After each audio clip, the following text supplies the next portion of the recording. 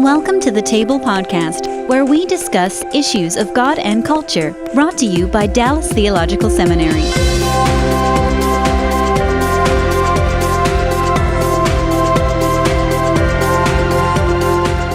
Welcome to the table. We discuss issues of God and culture, and our topic today is one that has been literally buzzing through the television and our culture and social media. It's religious liberty and issues of discrimination. And my guest today is Jeff Mateer, who's General Counsel for the Liberty Institute. They specialize in cases related to religious liberty, among other things. He's a former corporate litigator, a graduate of SMU Law School, and I'm Darrell, Bock, Executive Director for Cultural Engagement at the Hendricks Center here at Dallas Seminary. And this topic has been rolling and going, but before we get into it, Jeff, why don't you tell people a little bit about your own background and how you came to work with the Liberty Institute, and then we'll dive into the topic. Sure. Thanks, Professor Bock. Well, was trained as a corporate lawyer, graduated from SMU, and like most students who do well, was recruited by corporate America, and that's what I did for 19 years, and represented people like the NCA and ConAgra Foods and Ford Motor Company. And what I didn't know is that God sort of had something else in mind for me. He was giving me that corporate training. I thought I wanted to be a judge, met with my friend Kelly Shackelford, who I'd volunteered on some religious liberty cases, and Kelly, the Lord using him, of course, convinced me that my calling was bigger than being a judge. It was to come help him and eventually come and work at Liberty Institute, where I've been the last 5 years, overseeing the legal team there. It's been an incredible ride the last 5 years. I joined him 5 years ago.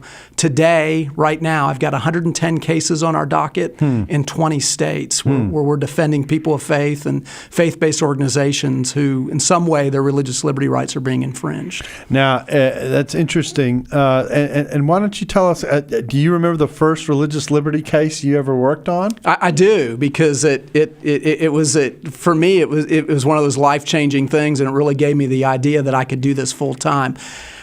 Kelly had called me about a group of senior citizens in Balch Springs.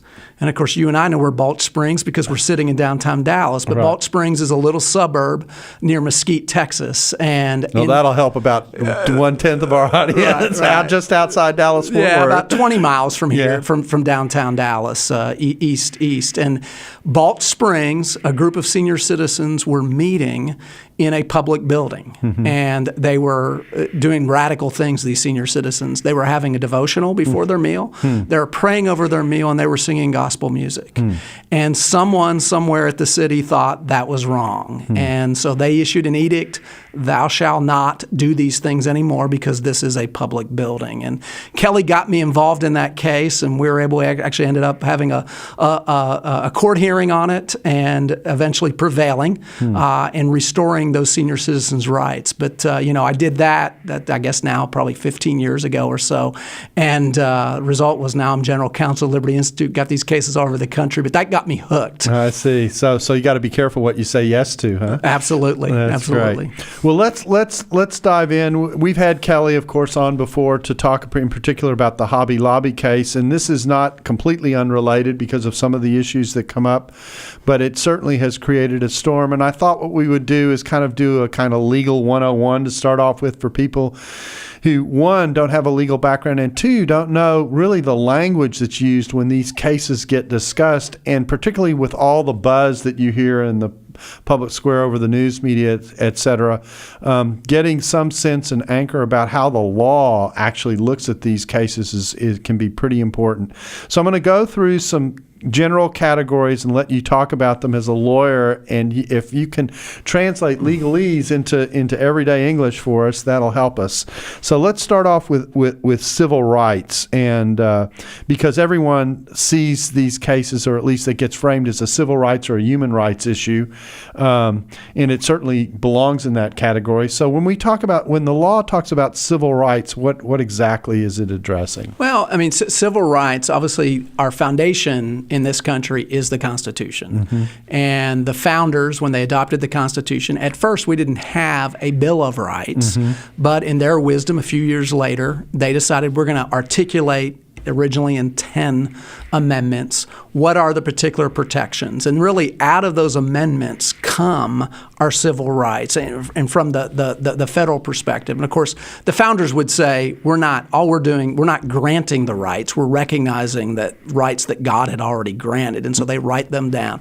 So there are certain things that the Constitution provides and gives us the right to. The First Amendment talks about some of those, which include freedom of religion, include freedom of the press, freedom of association, core fundamental rights freedom from of society. Speech is in that group. Freedom of speech. And then later, of course, we had a Civil War, and out of the Civil War came the 13th, 14th, and 15th Amendments, abolishing slavery and giving rights that you cannot discriminate on the basis of, originally, race. And since out of that we've expanded to include sex. And all those are sort of a group of rights that we would refer to as civil rights. So it's the right to speak, the right to believe, the right to be free from discrimination because of your race, because of your sex.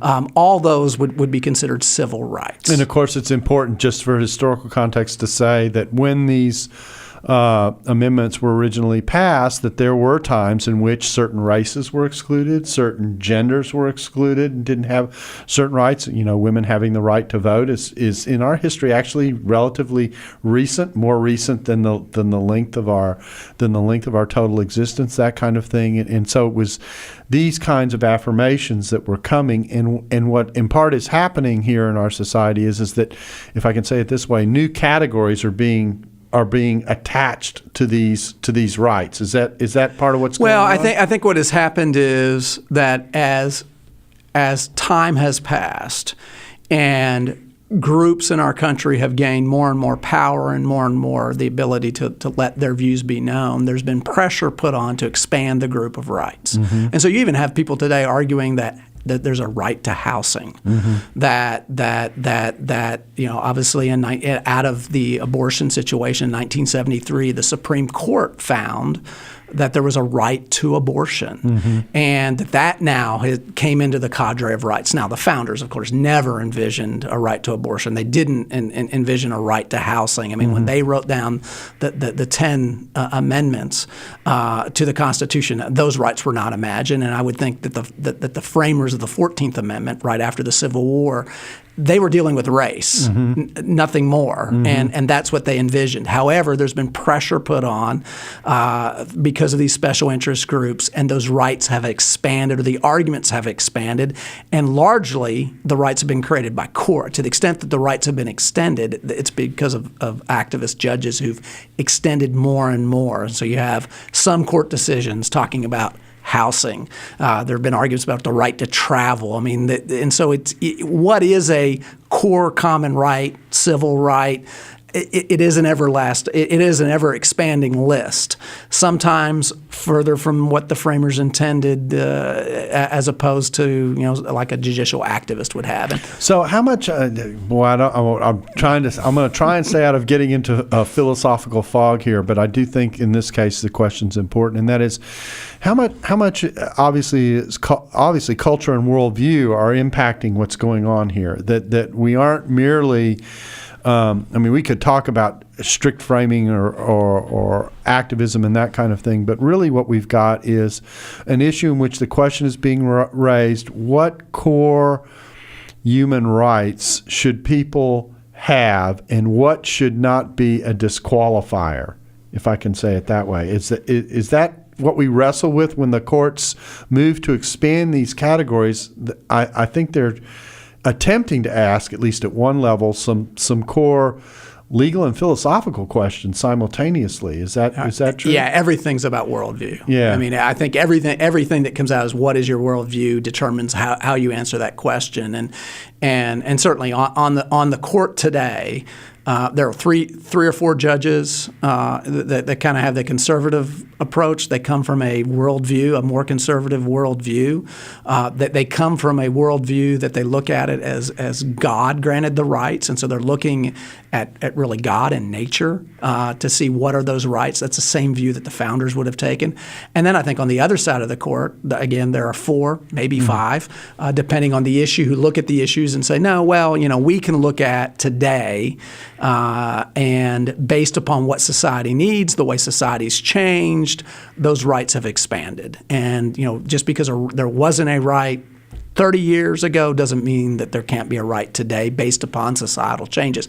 That's all dependent on worldview. And really the other part of the worldview issue that plays in here is that everyone recognizes that our society is structured to be diverse in one way or another. I like to pose the question this way. When our founding documents were being written, you had someone like a John Adams, who certainly would have been viewed as a very orthodox Christian, but you also had someone like a Thomas Jefferson, who wouldn't be defined in that category at all. But they were able to sit down at a table and try and design a government in which they felt like they both could work side by side with one another and function as a society together. And so there is an element of our core documents attempting to establish a society that is recognizably diverse on the one hand and yet is able to function on the other. Mm-hmm. And that's one of the core societal tensions we always deal with, because everybody doesn't think the same about these issues. And so how do you coexist in a society when you've got that level of difference? No, I think that's exactly right. I think that what makes America great has been the idea that our country was formed and people came here with diverse views on religion, diverse views on politics, etc., and they were able to work together and sit down. Today in the environment we're in, that's becoming harder and harder, mm-hmm. because if you don't hold the politically correct view, then you're called lots of really bad names. Yeah, and I'll get your read on this, but my read is that to some degree both sides are a little bit guilty in that conversation in terms of not being willing to engage in the kind of dialogue or discussion that's necessary to kind of hammer out, all right, how do we actually can make this work, as opposed to simply digging in terms of where they are. Is it that our worldviews have become that so diverse that we're now locked in this mode, or is it, or have we lost something that we used to have, or is it a little of both? I think it's a little of both. I certainly believe that some of the things that we believed as core American principles are changing. I mean, one of the ones we're going to talk about is the view of religious freedom and the importance of religious freedom and what that means.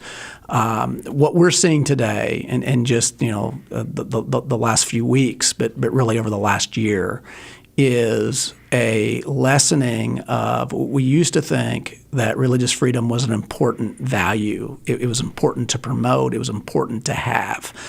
And what would happen for conservative Christians, the argument back against us always was, well, you're trying to impose some sort of Christian theocracy. And there may have been people on the conservative right who were trying to do that.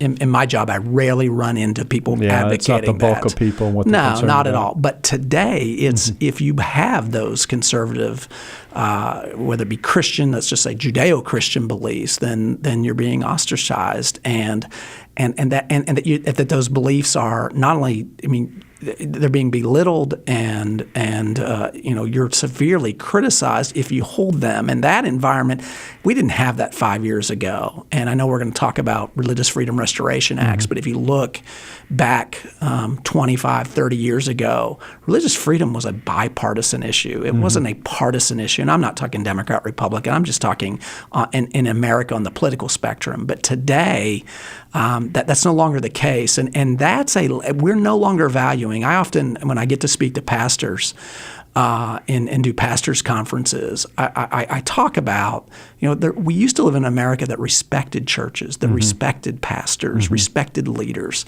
of religious institutions. Well, you look at George Barna's surveys today. Pastors are right there with us lawyers. That's not a good place to be, by the way, at all. And we're seeing. I was just with a rabbi who's in our city of Dallas, who's in litigation with the city of Dallas to exist. We never have those cases. To have churches being told they can't move to a certain area of town because they're a church. We don't want a church there anymore because we'll lose the tax benefit.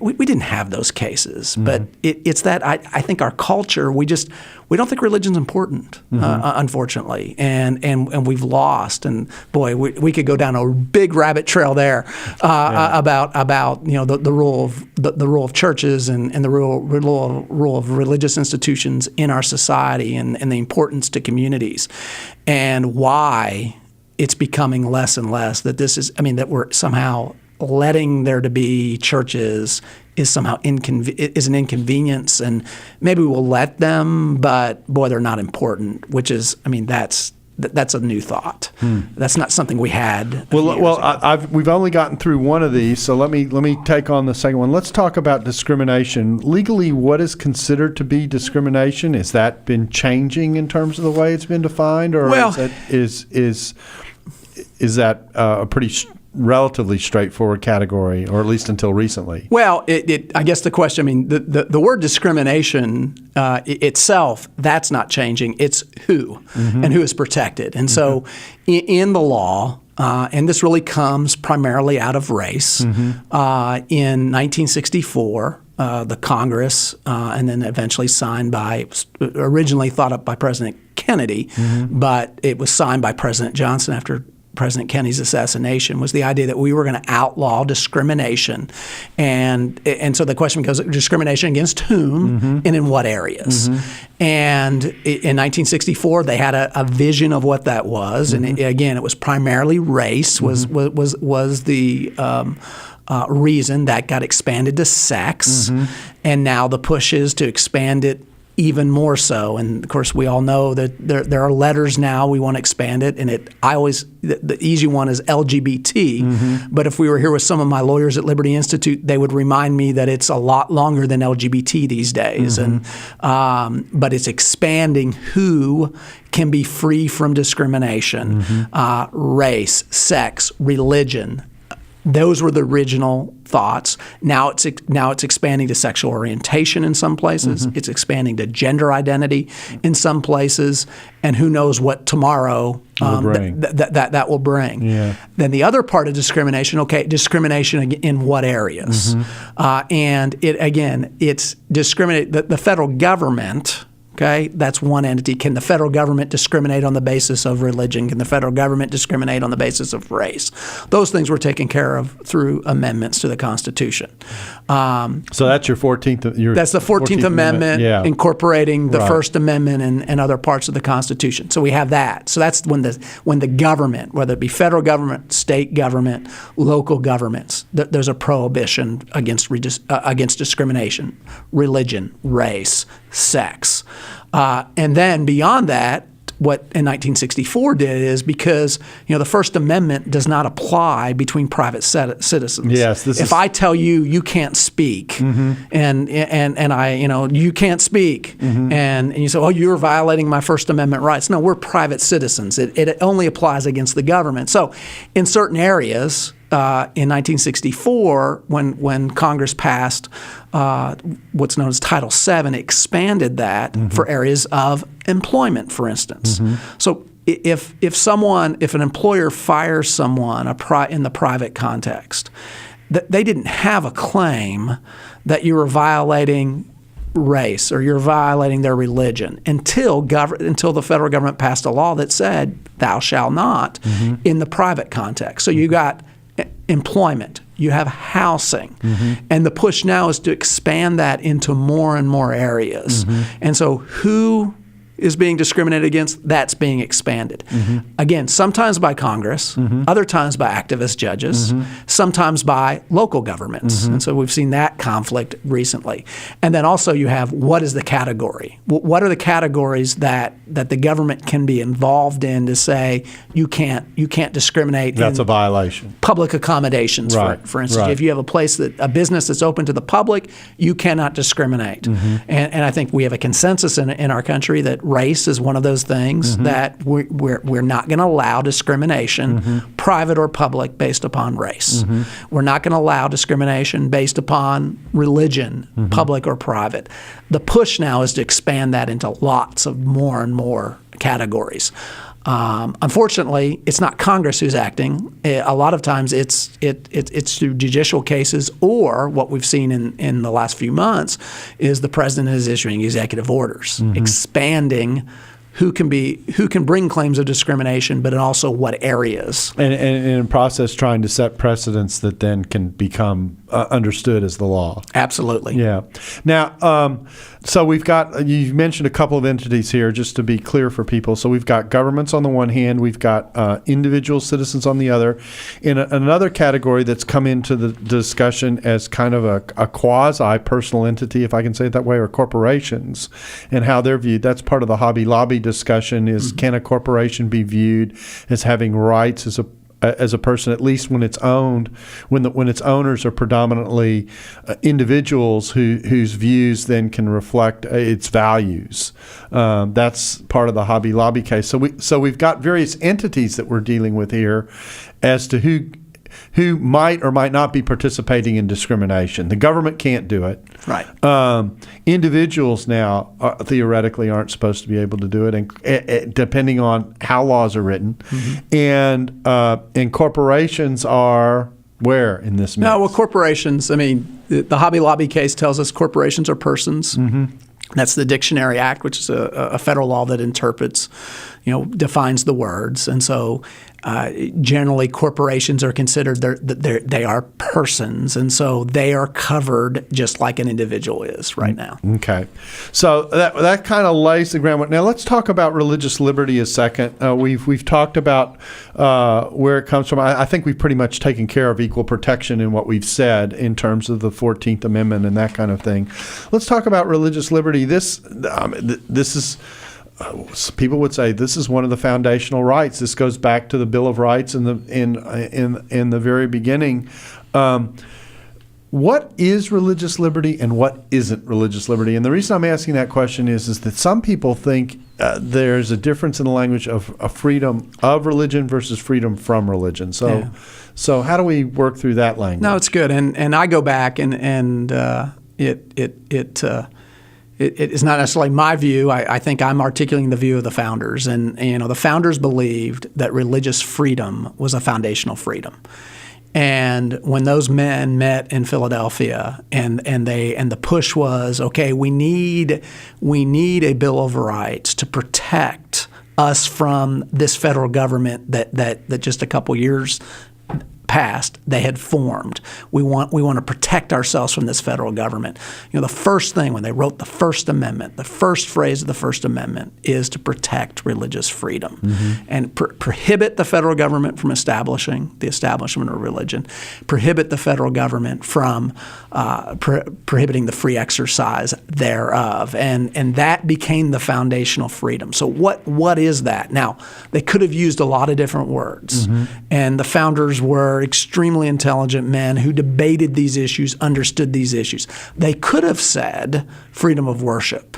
Some countries, that's what they have in their constitutions. They talk about protecting freedom of worship. The founders deliberately, and really you go back to the debate over the Virginia freedom, religious freedom law that is a predecessor to our First Amendment, and really Jefferson and Madison involved in that. Of course, Jefferson was not involved in the debate over the First Amendment. He was in France. But Madison was there, and so they understood what they had done in Virginia. They didn't want freedom of worship. They wanted something so much more. And I think that's important because freedom of worship really talks about what we do on Sunday mornings. And the view of what happens inside our church, inside the synagogue, inside the place of worship. And it's that believing there and speaking there, not going outside that.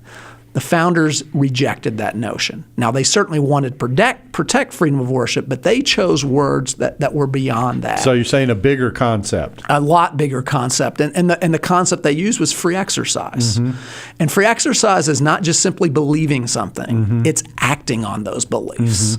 And that's, at its core, that's religious liberty. Religious liberty is being able to believe and then to act on those beliefs. It's not just believing. It's being able to act on those beliefs, which includes speech. And a lot of our cases we handle, you'll see it's religious speech is involved, which is another part of the First Amendment, and we have protection there. But religious freedom implicates speech, it implicates association, other things that the founders also put down in the First Amendment. But it's that right to believe, it's that right to act on those beliefs. That is at its core what religious liberty is. And there's an element, I'm going to put a synonym in here, it may or may not work, but when we think, if you were to secularize this concept at all, you'd be talking about not the state doesn't have a right to ask someone to violate their conscience in some ways. Is that a good synonym of? Yeah, and the founders would have been very comfortable with that because they interchangeably would use religion and conscience. That's because right. It came from the same thing, and that's exactly it is freedom of conscience, and it's to act on that, and to be able to not just believe it. I mean, you can think of conscience and think of, the best. When I think of conscience, the first thing that comes to mind are conscientious objectors, right? Right. People who didn't want to go to Vietnam. Right. Well, think if the government said, okay, you don't want Jeff, you don't have to go, you can believe you don't have to go to Vietnam. But you're going. But you're going anyways. But we're not invading your right to believe. That's right. You can believe whatever you want. That's not what it means. And that's not what it means. And that's never what it meant. Yeah. I think that's important. I think getting this concept down clearly on the table is going to help us when we come to these particular laws. Okay, so now let's transition and take a look specifically at these laws that we're dealing with.